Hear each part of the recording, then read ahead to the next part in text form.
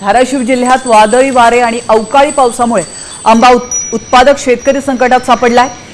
कळंब, धाराशिव आणि लोहारा तालुक्यात झालेल्या फळगळतीमुळे बागायतदारांचं मोठं नुकसान झालंय। हातातोंडाशी आलेला घास हिरावला गेलाय, त्यामुळे सरकारने तातडीने पंचनामे करून मदत द्यावी अशी मागणी नुकसानग्रस्त शेतकऱ्यांनी केली आहे।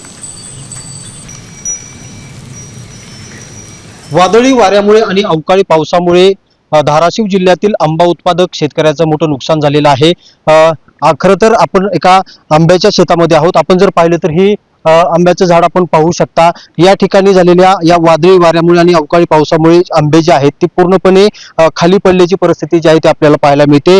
पूर्ण बागेमध्ये जो आहे तो असा आंब्याचा खच जो आहे तो पडलेला आहे। आणि काय काय नुकसान झालं? झाड आमची 5-6 झाड आहेत ते, त्या झाडाचे काही तांबे नाही राहिले, काहीच राहिले नाही, सगळे पडले।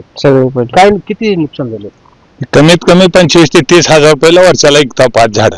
फार ह्या वर्षी काहीच राहिले नाही, त्याला सगळं झडून गेलेलं।